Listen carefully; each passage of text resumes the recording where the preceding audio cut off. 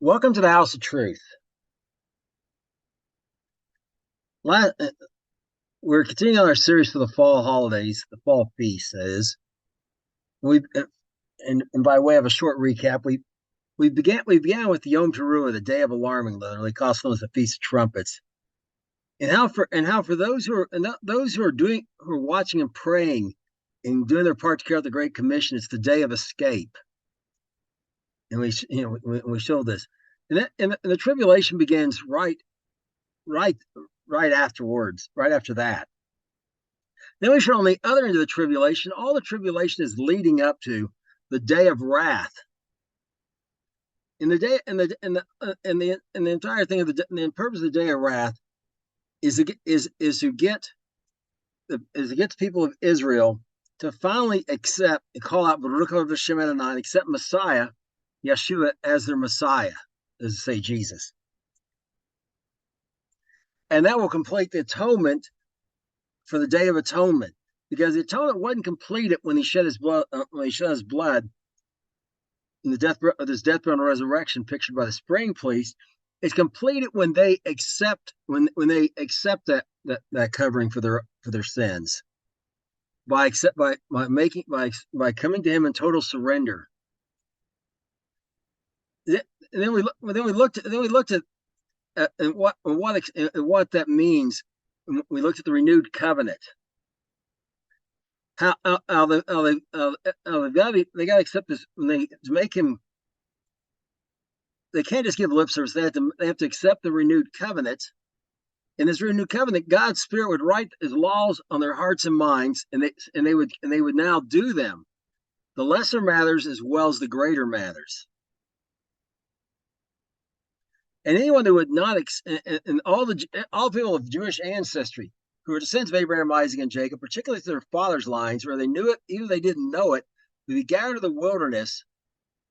And those and offer this covenant, and those who refused it were not coming out of the wilderness alive. They would not go into the promised land. We looked at that in Ezekiel 20.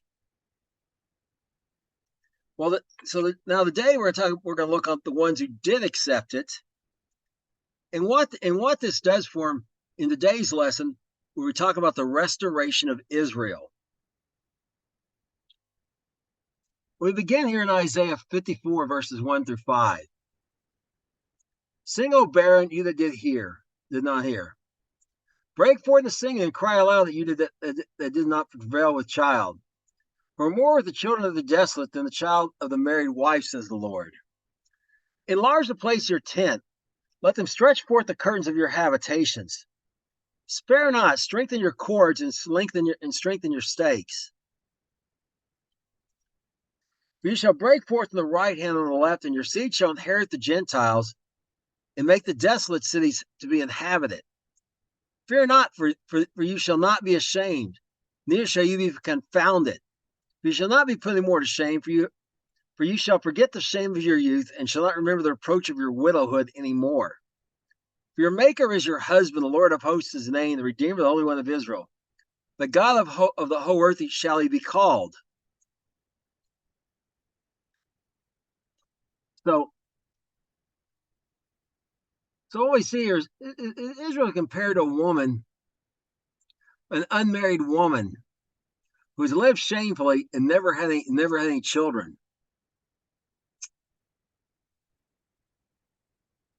The Lord's going to make her have children, and He's going to marry her, and she's going and He's going to be her husband again, as He had when He led her out of the wilderness. But she departed from him treacherously.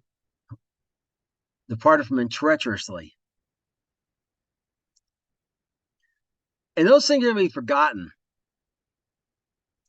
And he's telling her to expand the territory. And we'll look at what that means in practical terms in a minute. But notice it.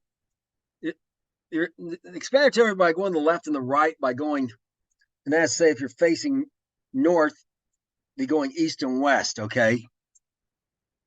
And your seed's going to inherit the Gentiles. We'll look in a minute what that means, in this particular, especially in the context of the promised land here.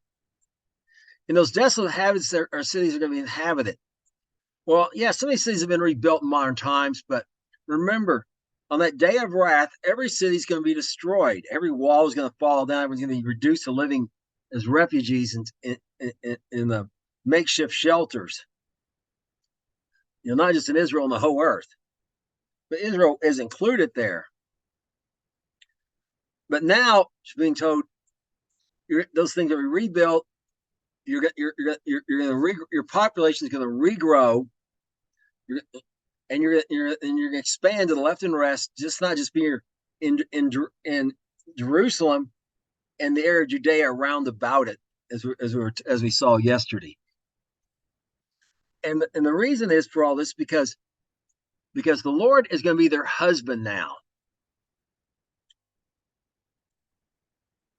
And your Redeemer, the Holy One of Israel, which is, of course, Messiah. Now, we see some more about this in Isaiah 62, verses 3 through 5. You shall also be a crown of glory in the hand of the Lord, and a royal diadem in the hand of the Lord. You shall no more be termed forsaken. Neither shall your land be termed any more desolate. But you shall be called Hephzibah, your land Beulah, where the Lord delights in you, and your land shall be married. For as a young man marries a virgin, so shall your sons marry you. And the bridegroom rejoices over the bride, so shall your God rejoice over you. Okay, so now God's going to be himself very associated with them. Before, as we saw yesterday, as before he hadn't been, he hadn't been because they were misrepresenting him to the Gentiles, the Gentiles. But now they come in that renewed covenant. They're going to behave the way he's always wanted to do. So the chosen people can do that which they were chosen to do, to bring the knowledge of him to the Gentiles. They're going to be his pride and joy. And notice,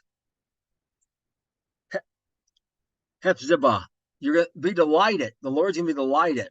And Beulah means married, the married land. They're never going to leave this land again. They're going to be married to it. And they're going to be the delight to the Lord. And they're going to make him happy to call them his people.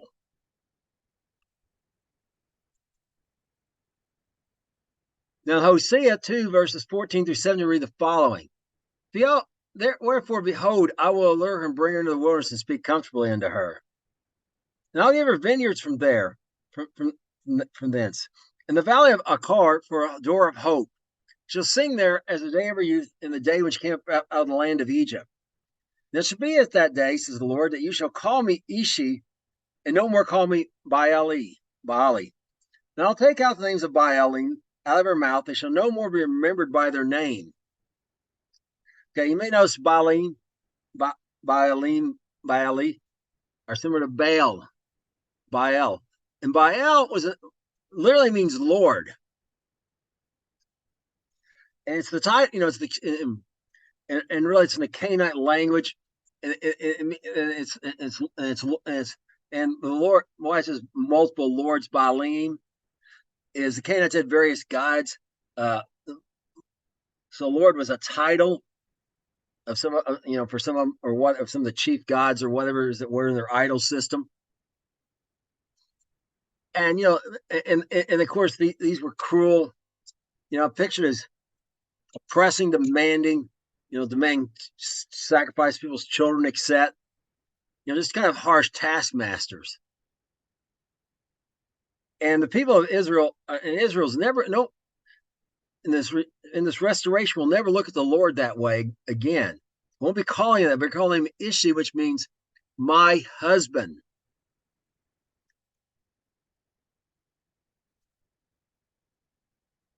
So and notice how he's going to lure and bring her to the wilderness, speak comfortably to her, which is what we saw last time. He speaks comfortably to her, but not everyone accepts it. But those who do accept it are going to be married. He's going to be married to him. He's never going to cast them out again. They're going to be married to their land. They're going to be married with him, and they're never looking, and their relationship has changed. It's a new beginning for the people of Israel. Now we're going to continue on here in Hosea 2 verses 19 through 22 and read some more about this new beginning and the changes it's going to bring. And here's what we read. And I will betroth you to me forever. Yeah, I'll betroth you to me in righteousness and judgment and loving kindness and mercies. I'll even betroth you unto me in faithfulness, and you shall know the Lord. There shall come that pass, that day I will hear to the Lord. I will hear the heavens, and they shall hear the earth. The earth shall hear the corn and the wine, and they shall hear Jezreel. And Jezreel is the valley of Jezreel today, that place where the Battle of Armageddon is going to occur at. You know, our Armageddon is actually a mountain. It occurs down the valley below it. And that's just where that's where they gathered before they advanced to Jerusalem. And today it's the principal place for crop growing in Israel. It's the San Joaquin Valley of Israel. All kinds of fruits and vegetables and wheat and corn. Remember when you read the King James, corn, just the old English word for grains, okay? Wheat and barley primarily. So grapes and wine and olive oil and all this stuff's growing there. And what this is saying is kind of figuratively is the main thing is the Lord's going to hear. And it's like people in Jezreel are passing a message. Passing a message to the corn of wine, the oil to grow. It's passing it to the earth's passing it up to the heavens, and the heavens are passing it to the Lord. So the Lord is going to take care of them and bless them abundantly with crops. Now we continue on in Joel 2:21 through 26. We read the following. Fear not, O land, be glad and rejoice, for the Lord will do great things. Be not afraid, you beasts of the field, for the pasture of the wilderness do spring. The pastures of the wilderness do spring. For the tree bearing fruit, the fig tree, and the vine do yield their strength.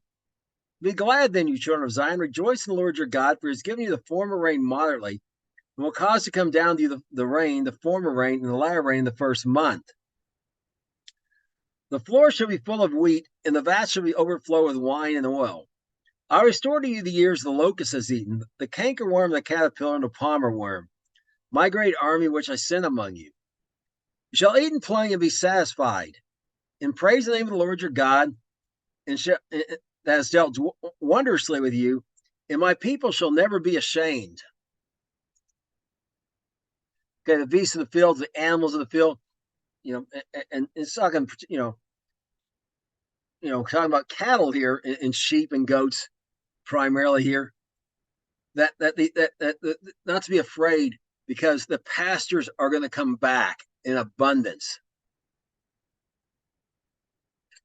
And the fruit tree is going to bear the tree, and the fig tree and the grapevine are going to produce much fruit as well. And the reason here is given, and also notice the floors, they're going to be full of wheat.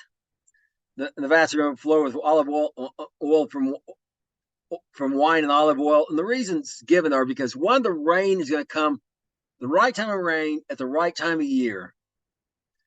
At the right time. The former rain being proceeding and during the time of planting, so the soil will be easy to work with, and the seed will germinate.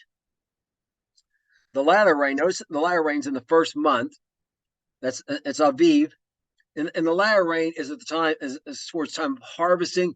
That'll cause the wheat kernels to grow large, and the barley first, then the wheat. The barley's not mentioned here, but the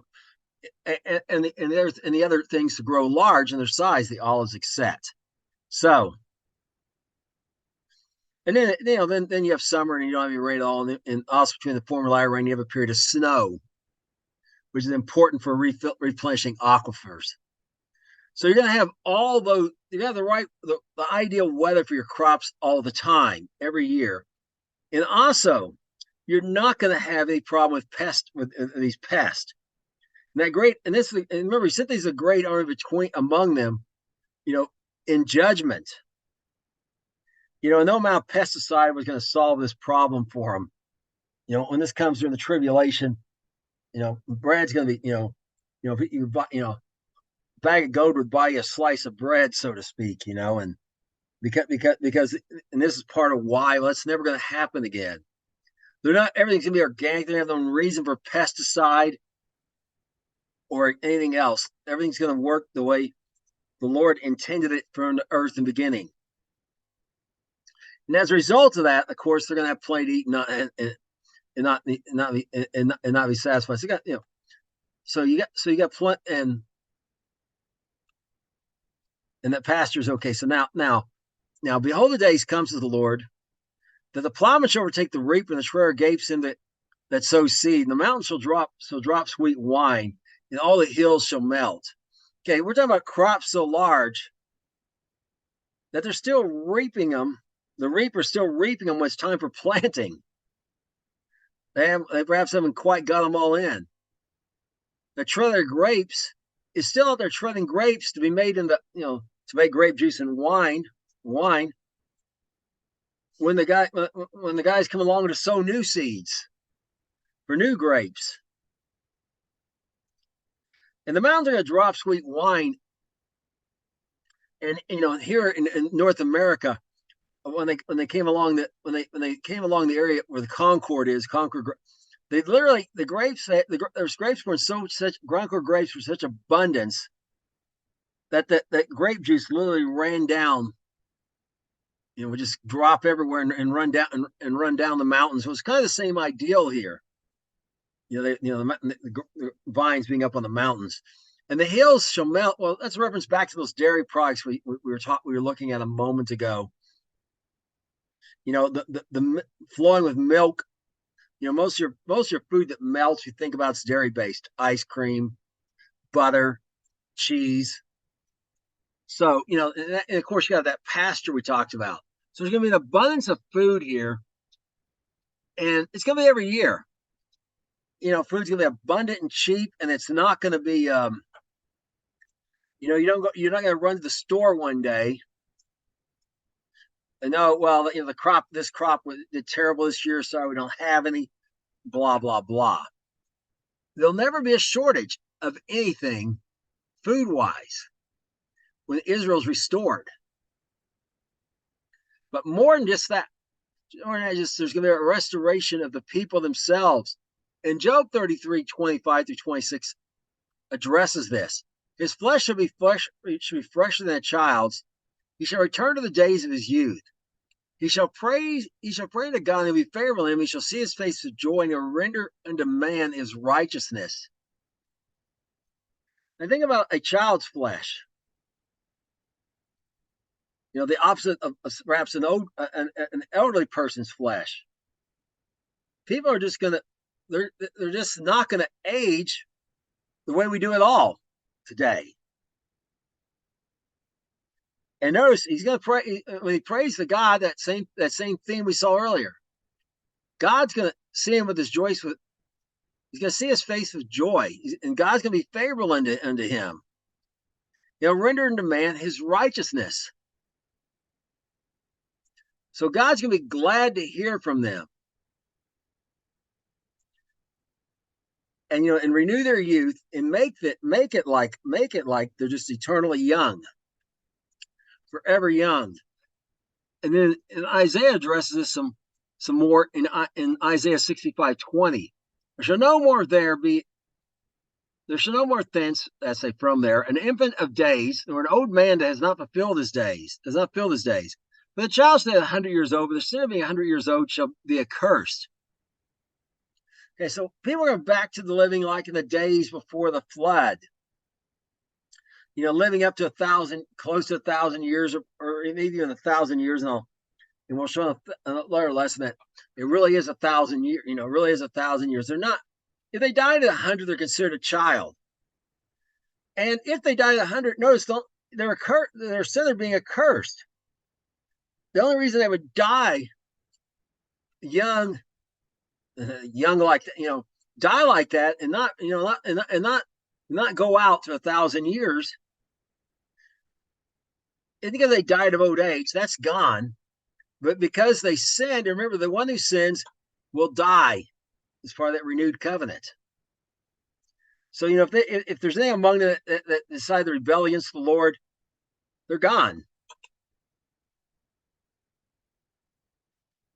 Now, in Isaiah 65, 22 through 24, read the following. And they shall not build and another inhabit. They shall not plant and another eat. For as the days of a tree are the days of my people, and my elect shall long enjoy the work of their hands. They shall not labor in vain or bring forth for trouble. They are the seed of the blessed of the Lord, and their offspring with them. It shall come to pass, for they call, I will answer. And while they are yet speaking, I will hear.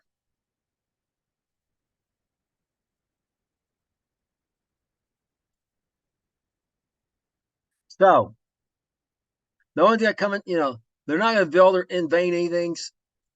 They build a house, they're going to live in it. It's going to be taken from by someone else later. They're not, they're not going to plant and someone come and get their crops or whatever. But notice the main thing here is, as the days of a tree are the days of my people. No longer than enjoy the work of their hands. They're not going to do anything for vain, but they're going to live long time as a tree. And the bristlecone pines, here in America, some of them are 4,200 years old. There's olive trees in Israel that are 3,000. Tamarisk trees well over 1,000. And some of these trees are basically, if nothing occurs to them, some of them chop them down or something like that, they'll just continue growing.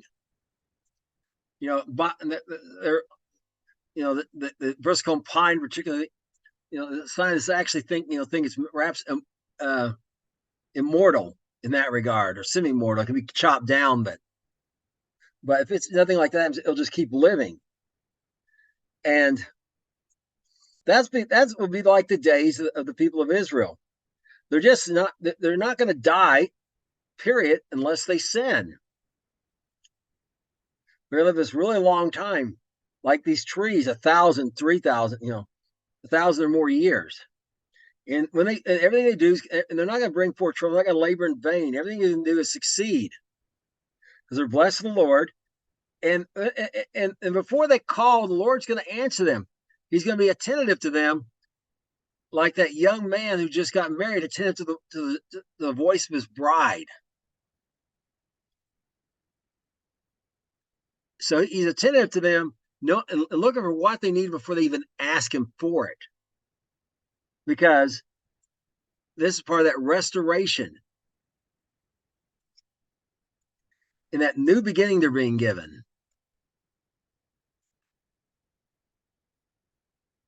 Now we're going to go to Jeremiah 30, verses 7 through 10, and look at some more another aspects about this, about the restoration of Israel.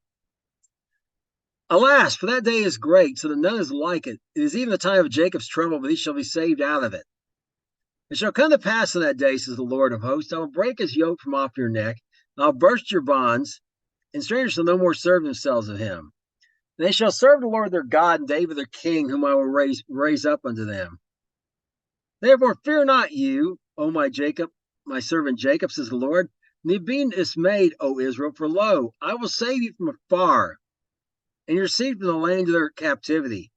And Jacob shall return and be in rest, and be quiet, and none shall make him afraid. Okay, of course, that time of Jacob's trouble they saved out of is the tribulation. That day it's so great is that final day of the tribulation, the day of wrath we talked about. But he's going to break the yoke of who the Antichrist off his neck. And no more are they going to be servants of other nations.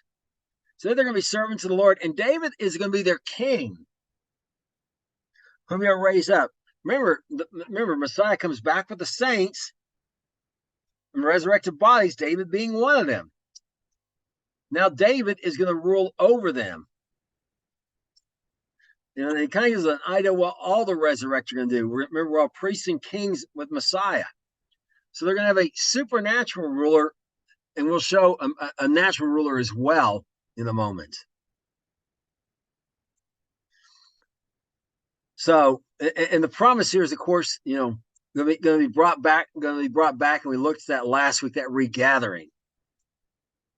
That this is going to happen after that regathering. As part of this restoration, we restored their king, their king over Israel, David. In Ezekiel 37:22-26, read the following. And I'll make them one nation in the land upon the mountains of Israel, and one king shall be king to them all. They shall no more be two nations, shall be divided into two kingdoms any more at all. They shall not defile themselves any more with their idols or with their detestable things or with their transgressions. But I'll save them out of their dwelling places where they have sinned and will cleanse them. So they shall be my people, and I'll be their God. And David shall be king over them.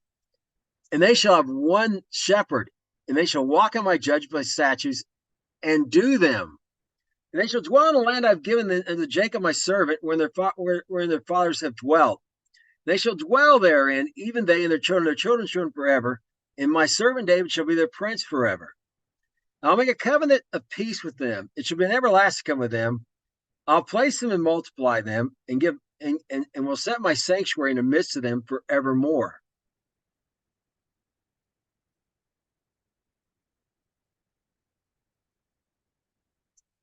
So, notice the big thing is no more two nations. We talked about last time. Remember, God's going to use. He says, Judah for his bow and Ephraim for his arrows. They're part of what's going to defeat this army, the Antichrist, and they're going to work together. And nothing binds the souls of men together like suffering together for a common cause. They're going to become a band of brothers, and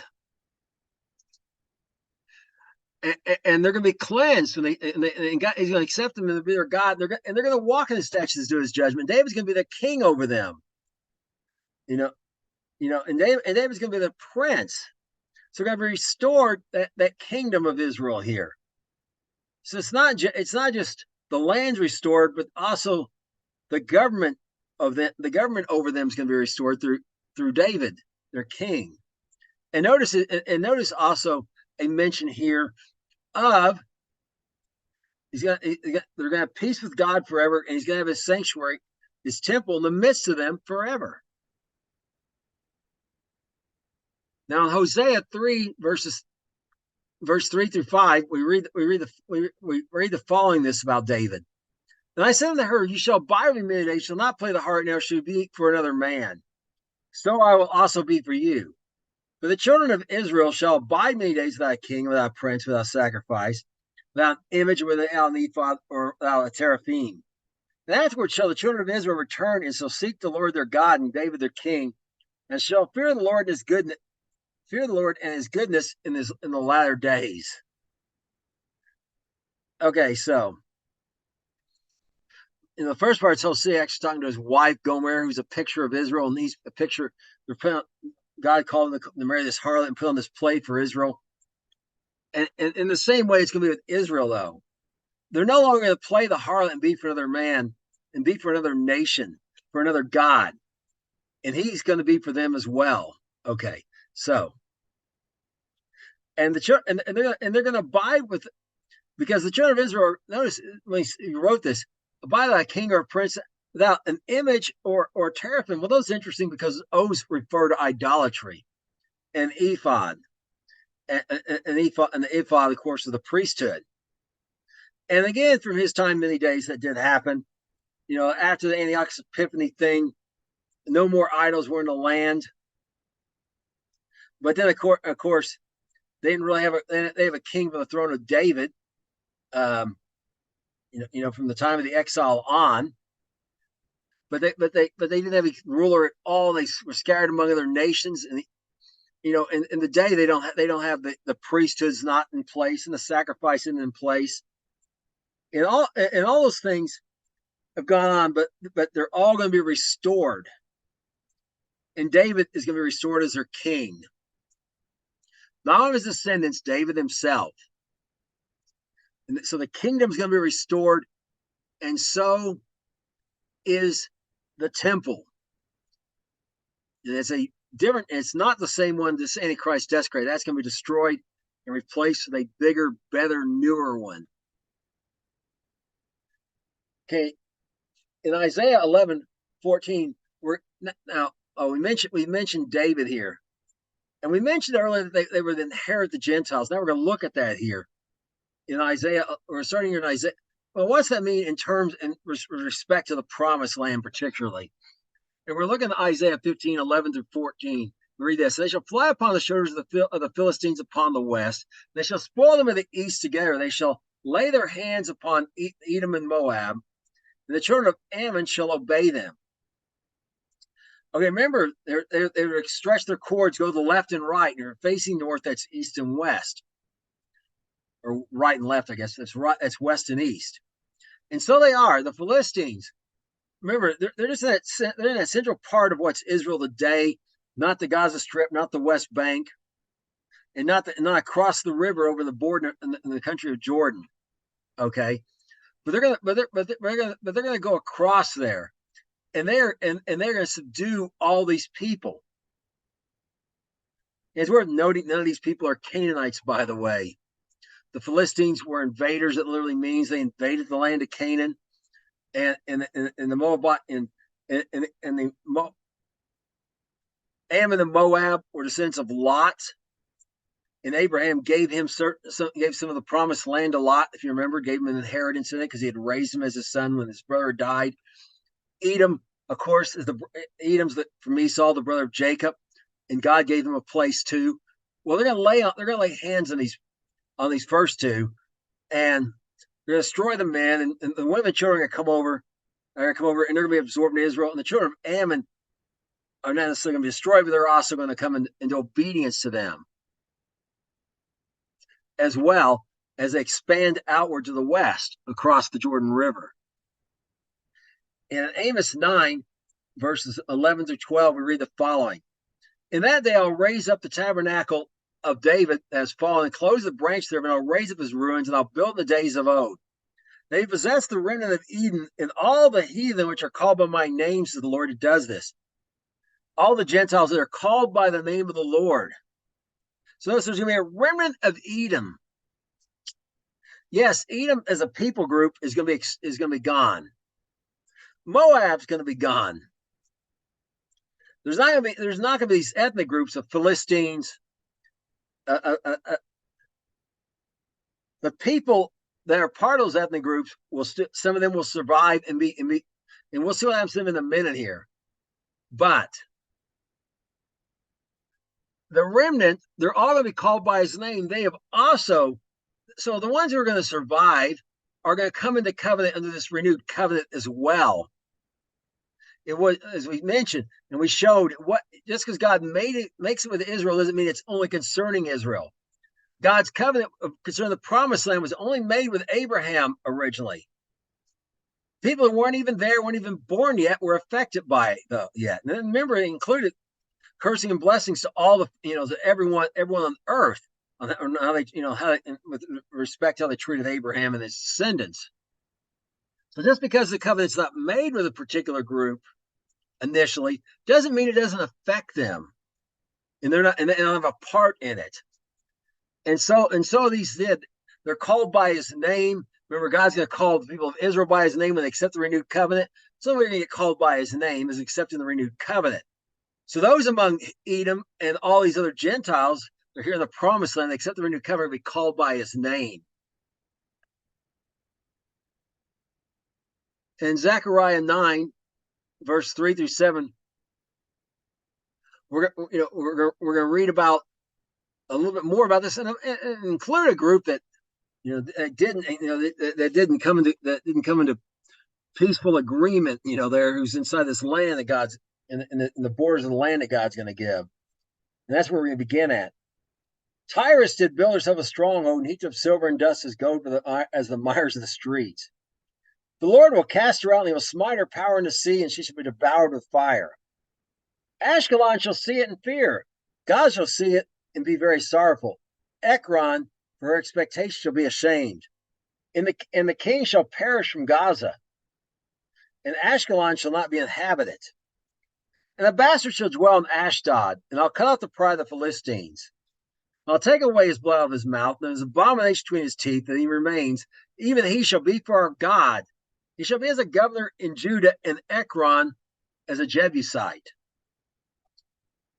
Okay, first of all, Tyrus, Tyre and Sidon. As we talked about before, Messiah, the kingdom of Messiah is expanding it and setting up the kingdom that they're going to speak peaceably to all the all these cities if they and bring them into this covenant. They refuse, they destroy them, just like they did with the people of Israel in the wilderness. Well, Tyrus, because it has this wealth and this in this stronghold, has built this up, and this indicates it's perhaps some years after the tribulation. They've rebuilt, they become exceedingly rich. They're trusting in that, and they refuse, and the Lord's just going to destroy it. And that's going to affect upon the Philistines. The Philistines, their pride's going to be broken. And notice, he's going to cleanse them just like he did Israel. Take the abomination of the blood of his mouth and his abomination between his teeth. Cleanse just like he did Israel. And Ashkelon's not going to be, it will not be inhabited anymore. It's going to be destroyed. It's going to be destroyed perhaps. Gaza. These are the cities of the Philistines. Ekron.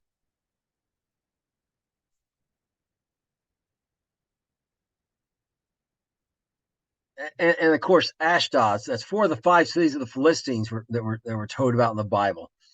And they're not. And Akron's not going to be inhabited anymore.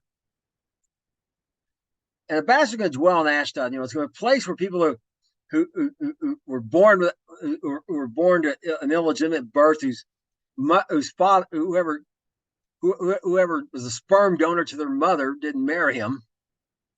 Except they're going to dwell in this city. Okay, it's going to be a place. It's going to be a place for those who don't have a family to start over at.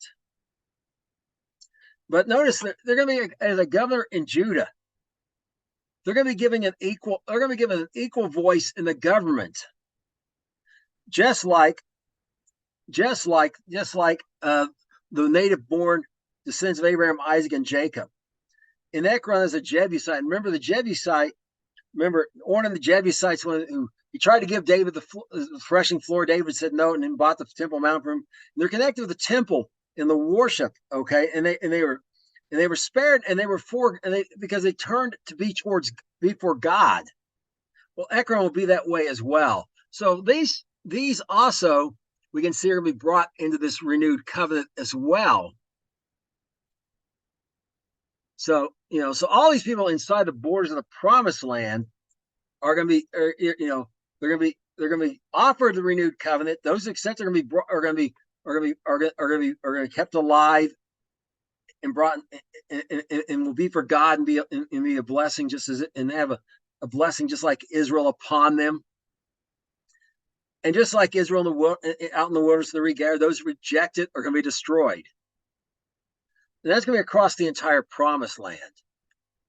Now we're going to Ezekiel 47 and look in verses 13 through 17 and start looking at what the Promised Land will look like, the borders at that time. Thus says the river, thus is the Lord God. This shall be the border whereby you shall inherit the land according to the 12 tribes of Israel. Joseph shall have 2 portions. He shall inherit one as another, concerning which I lifted up my hand to give to your fathers, and this land shall fall unto you for inheritance. And this shall be the border of the land towards the north side, from the great sea, the way at Hethlon, as men go to Zedad, Hamath, Berothah, Sabrium, which is between the border of Damascus and the border of Hamath, Hazar-Hatakon, which is by the coast of Haran.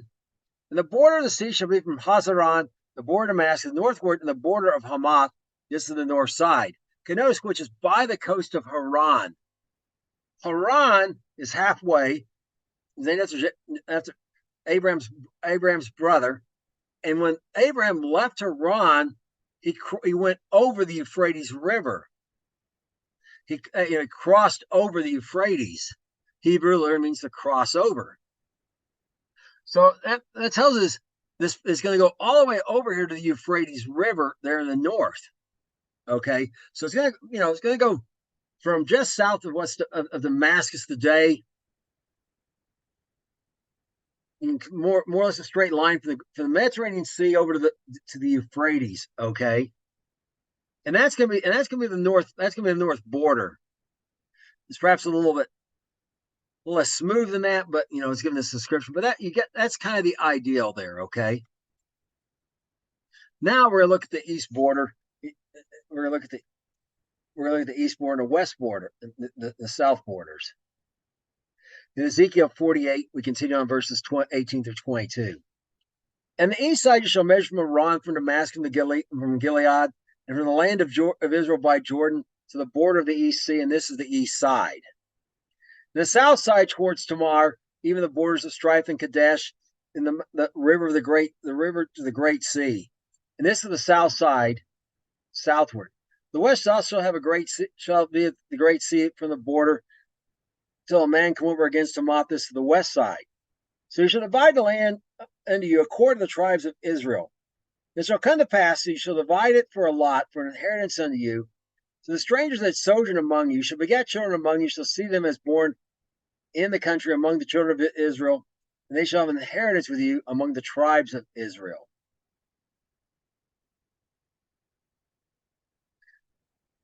Okay, so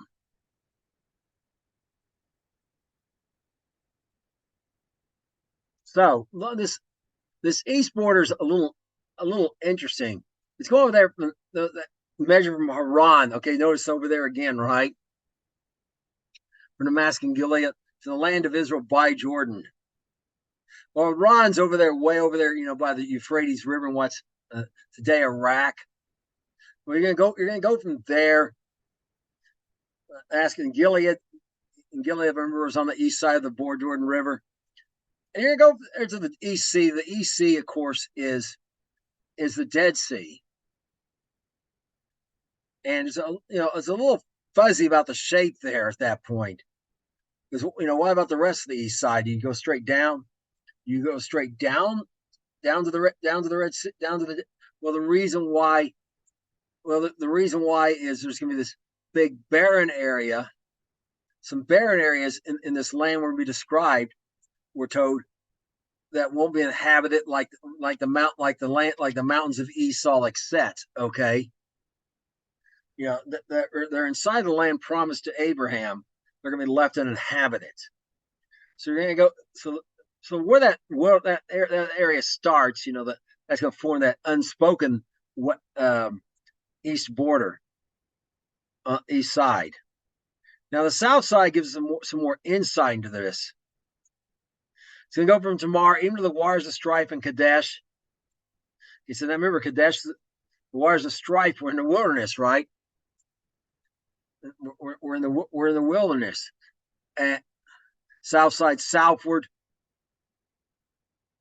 And this and to the river to the great sea, the river meaning most likely the Euphrates River, that would go all the way over to where Babylon is, and that whole area is going to be destroyed as well, remember? So it kind of gives you kind of an ideal here. So the land of Israel is going to this sort of funky shape, if you will, the part that's inhabited. But the west side's pretty plain. It's just the Great Sea. Okay, it's just the Mediterranean Sea. All the way down there from Tamar, the area there, all the way up the coast to the area around the Hamath. Okay, which would include the area of Tyre, which we just talked about. But they would not come to peace or destroyed instead. So this is going to be, and that land's going to be divided by lot. Now, just like it was in the days of Joshua. But notice this, it's not that the lot's going to cast tribes. It's tribes inside, it's people inside each tribe. And notice the strangers, remember, strangers are those who, once you're circumcised, you're counted as one born. The strangers that are not, they're not even circumcised necessarily, are going to be counted as if they were native born Israelis. And they're going to have they also are going to have part of this inheritance. And that's what's going to happen to that remnant of Edom and the children of Ammon and so on and so forth. And the Philistines, they're going to be scattered among the tribes of Israel. They count as part of those tribes, totally absorbed into them, totally assimilated, and given a piece of property determined by the Lord when they cast by lot, just as if they were born to Israel themselves. And that will end, all fights, disputes about land and everything else. Everyone will have their own land. The people will be counted as part of the people of Israel. Their ethnic groups will be gone, but the individuals will not. They will have been absorbed into Israel, assimilated completely. Now, and then Ezekiel continues on verse 4 in chapter 48, starting in verses 1 through 7. It starts about how the land is divided between the tribes. Now, these are the names of the tribes. From the north end to the coast of the way of Hebron, as one goes to Hamath, Aranon, the border of Damascus northward to the coast of Hamath. By these are sides east and west a portion of Dan.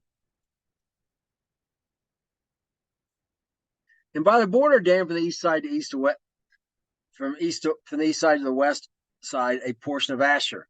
And from Asher from the east side to the west side, a portion of Naphtali. By the border of Naphtali from the east side to the west, a portion from Manasseh.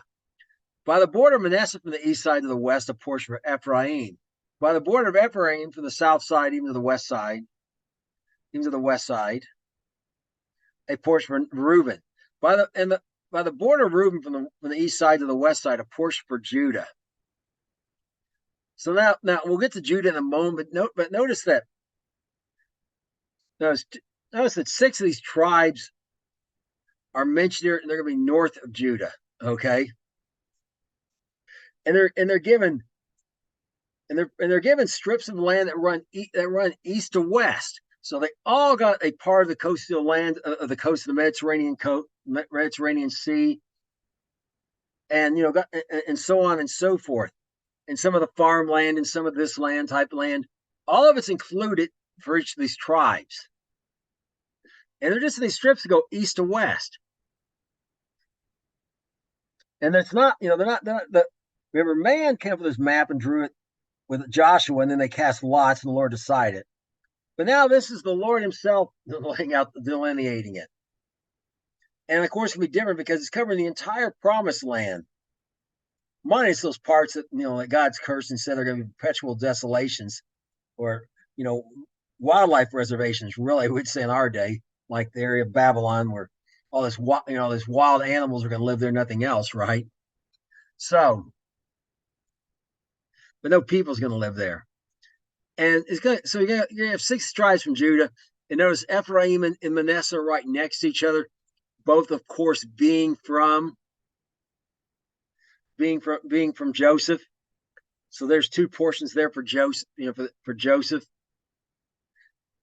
and and they go together. It's worth noting also Naphtali, the land of Naphtali, still north up there, somewhat north, but Zebulon is not here either. It's going to be on the south, and so Reuben's going to be on one side of Judah.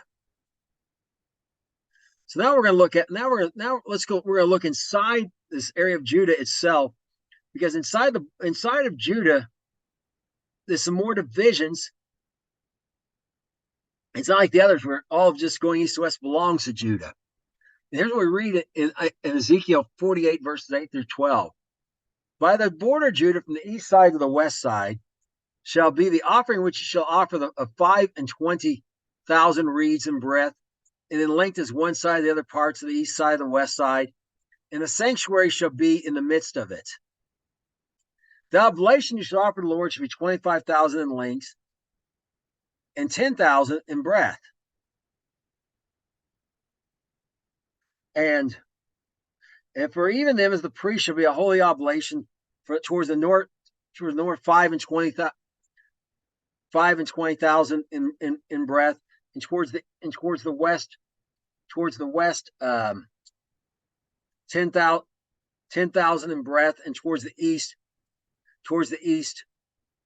10,000 in breadth, and towards the south 25,000 in length, and the sanction of the Lord shall be in the midst thereof.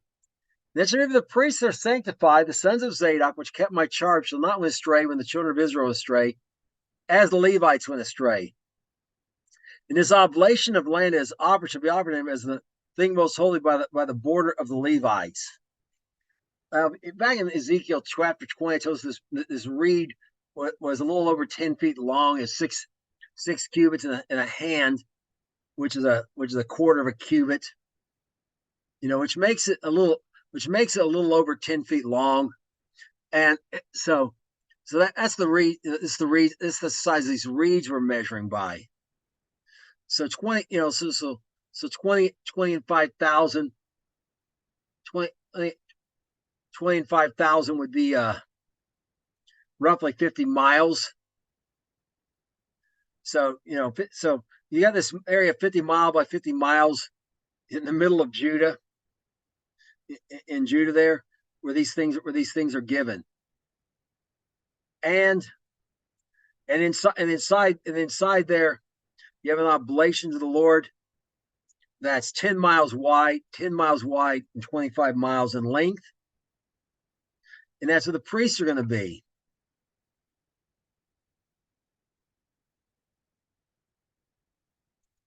And so it's running north and south. It's towards the north 25,000, towards the west 10,000. Okay, and towards the east 10,000, towards the south 5 and 20,000. So you get this ideal.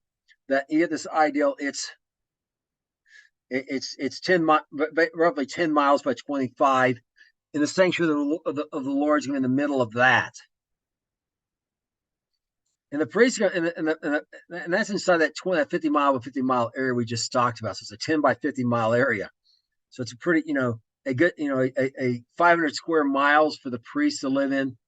And now, so this is a different thing because the priests were part of the Levites, and most were in Jerusalem, but they lived among the Levites, scattered among in Levitical cities.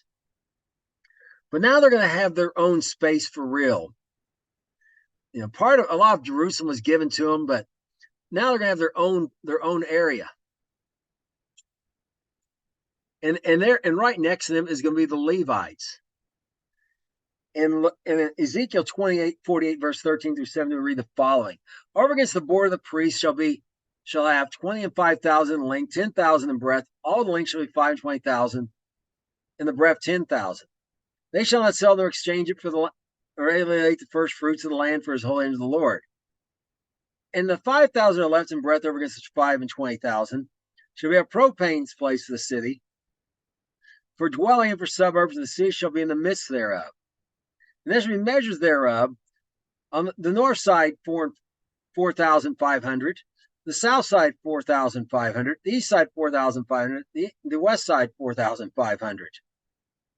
And the west side, and the southern city should be towards the north, 250, towards the south, 250, and towards the east, 250, and towards the west, 250.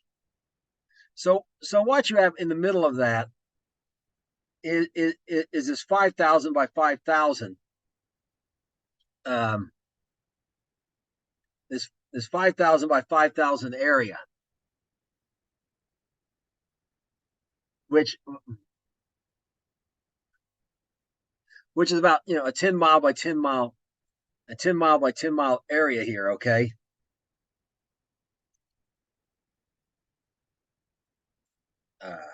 Is that wrong? Yeah, that one was 20. I'm sorry, it's 20 by 50 earlier. I said 10 by 50. It's 20 by 50 earlier. Now, so 1,000 square miles. Well, this is roughly a square inside that. A square inside that that's 10 miles by 10 miles.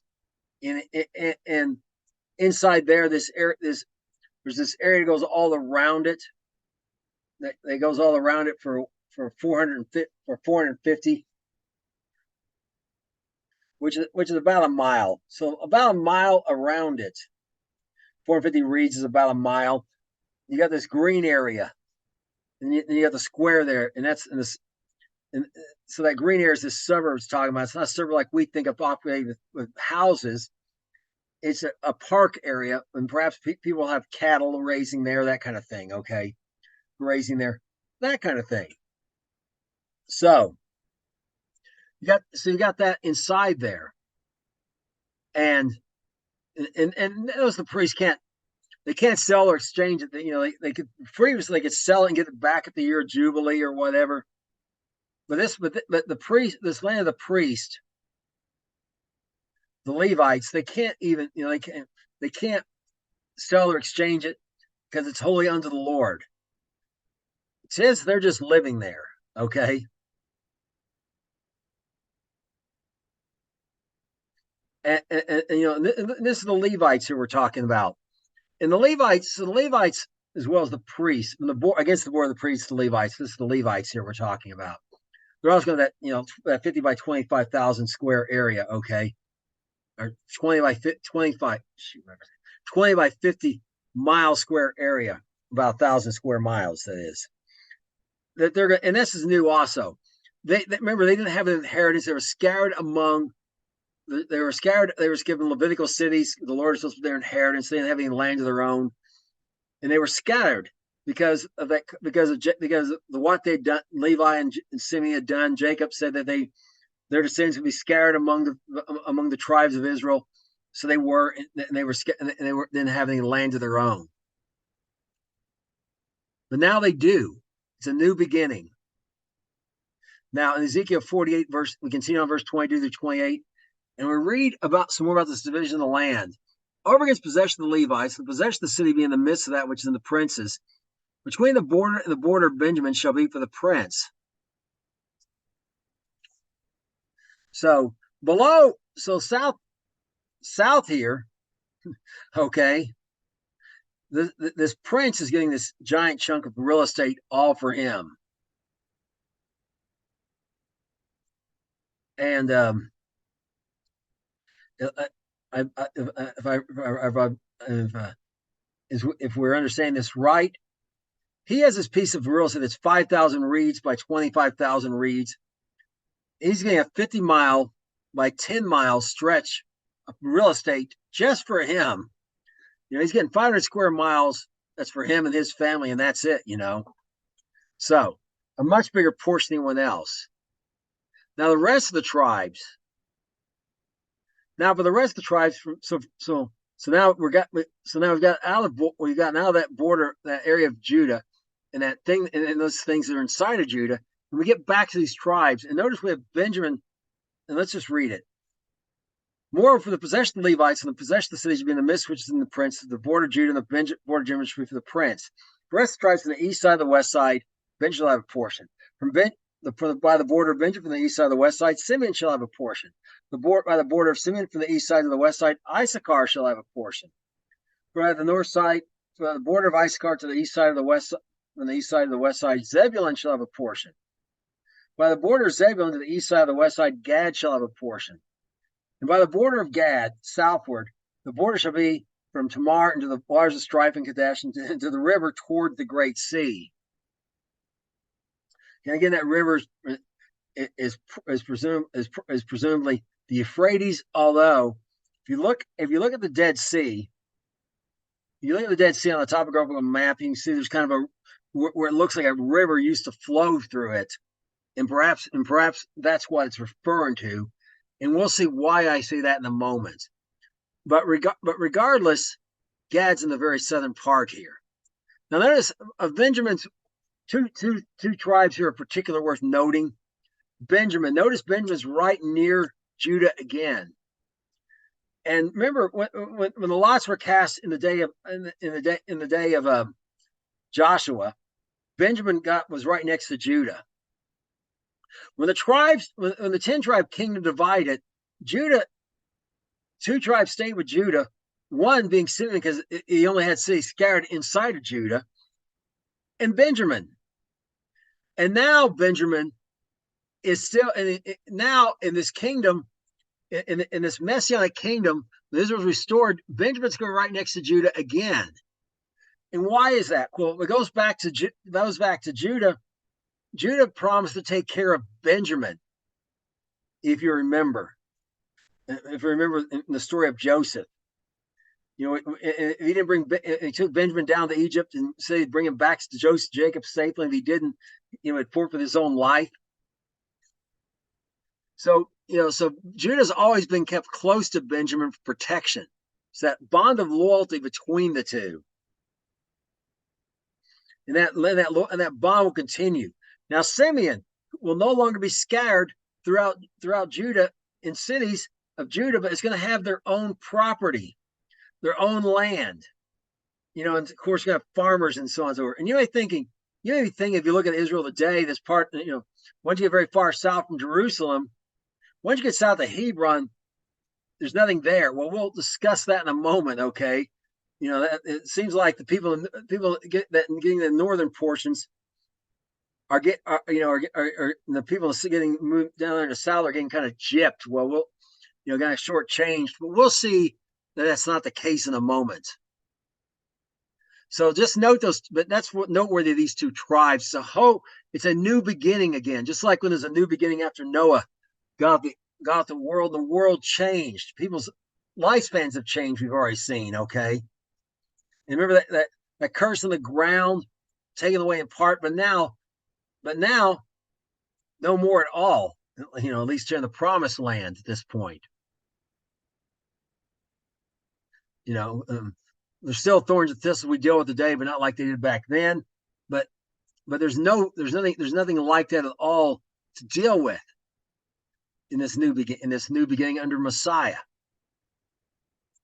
Now we're gonna address this about that land. I mean, we read about the lands be fruitful and be fruitful in all these things, but these southern areas are all desert today. I mean, just hardly inhabitable.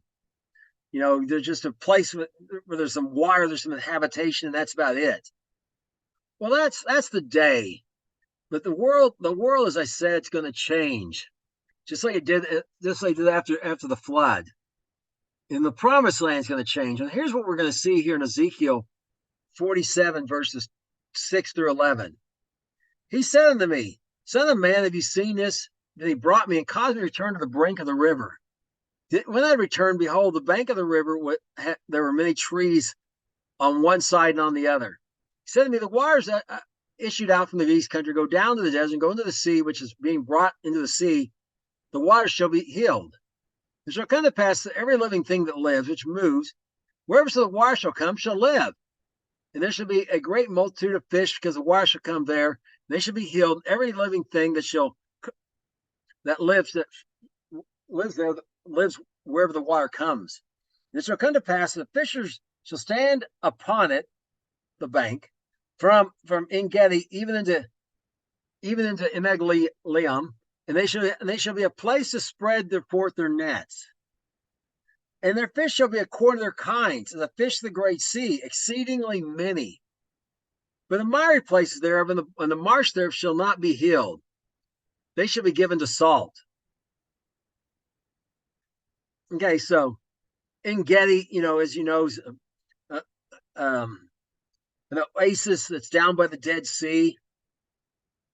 Eneglaim is also on the border of the Dead Sea, but there's nothing living there. There's no fishing going on, or near or in there.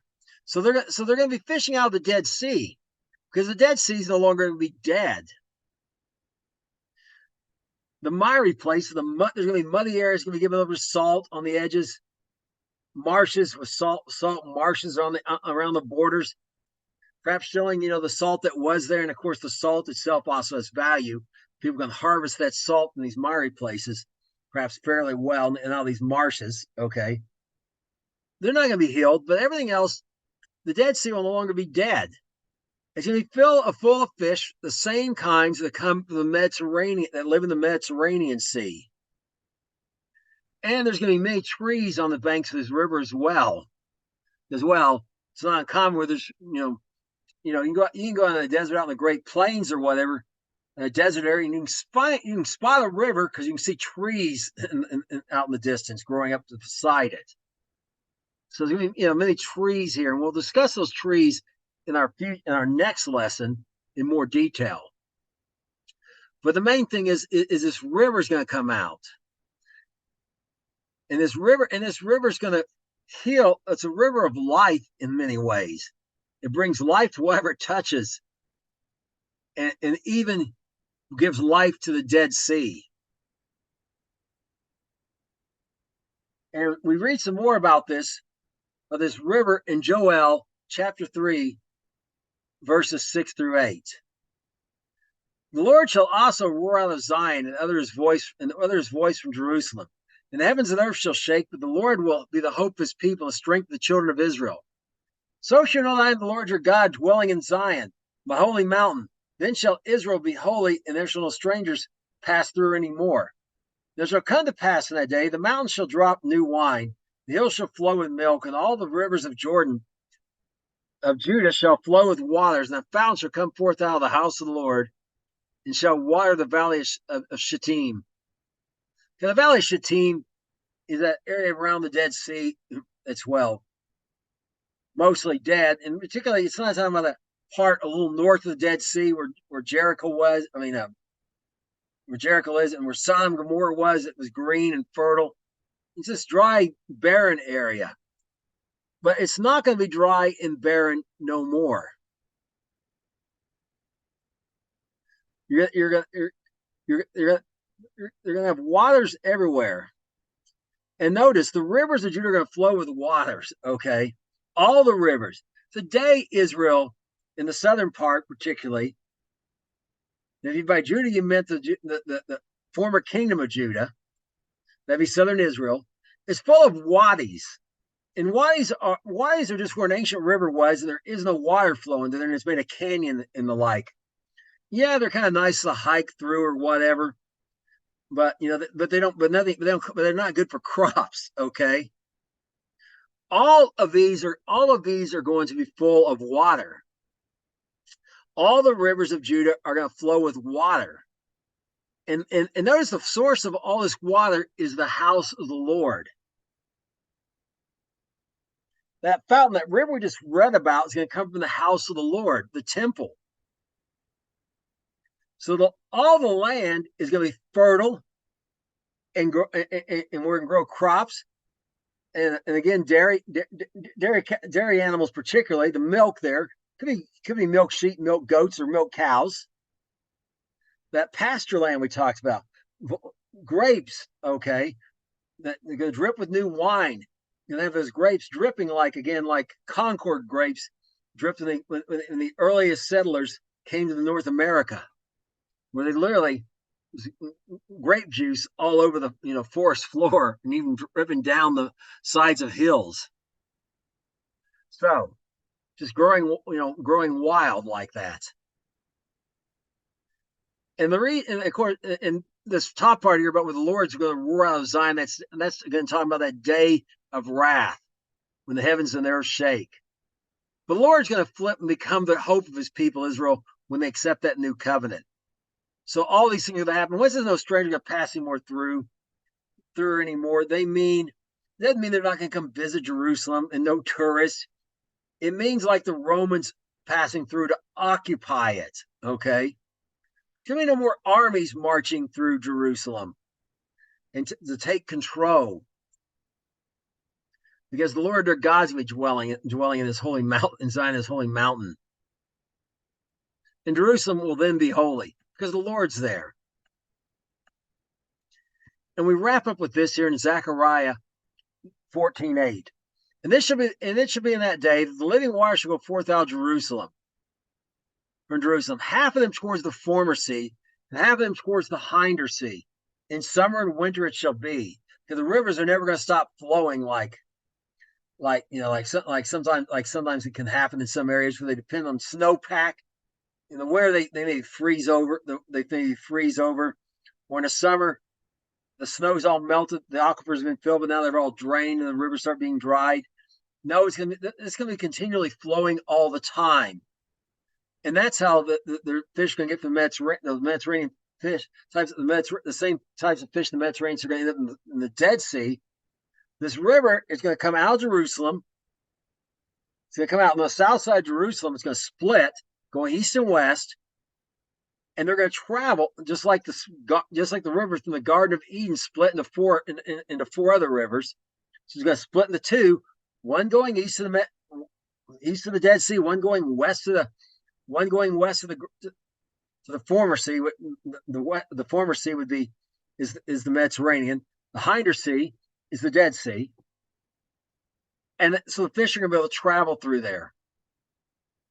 So the restoration of Israel will be complete. It's a restoration of the people, of their relationship with God, married to God, no longer them being like an unfaithful wife to the Lord, but them being faithful to the Lord as He is faithful to them. The entire promised land given to them. All the inhabitants of the promised land absorbed by them to become part of them. And those strangers we looked at before, if they're not they don't have to become circumcised. If they don't, they're going to be the ones taken care of. They're given property. They're given an inheritance. They can they're going to have a say in the government, as we saw. But they're also the ones taking care of the farmland and all that kind of thing, and the building and that kind of thing, because for the physical descendants of Abraham, for those who've been circumcised and have taken that if we look to the customs and have taken on all the customs and have a greater place in the kingdom, are going to be giving a different job. So they have their time freed up from doing those kind of work to do a different job for the Lord. And perhaps we'll look at that in their lesson in more detail. But the land is going to be healed. People aren't going to die. They're going to die unless they commit sin. They're going to be young, never grow old, live. I mean, 100 years is considered a child. Live like they did before the flood. Live to 1,000 years old. And we'll go into probably our next lesson showing why I say 1,000 years at least. And they're going to have plenty of food, and no one's going to harm them, and everything is just going to be great. No, all those things God promised if they obeyed Him in the Torah are going to come to pass for them. Not being the head, not the tail, except having sickness taken in the midst of them, because Israel is going to be restored. So the chosen people can finally do what they were chosen to do in the first place, which we'll look at next time. Until then, shalom.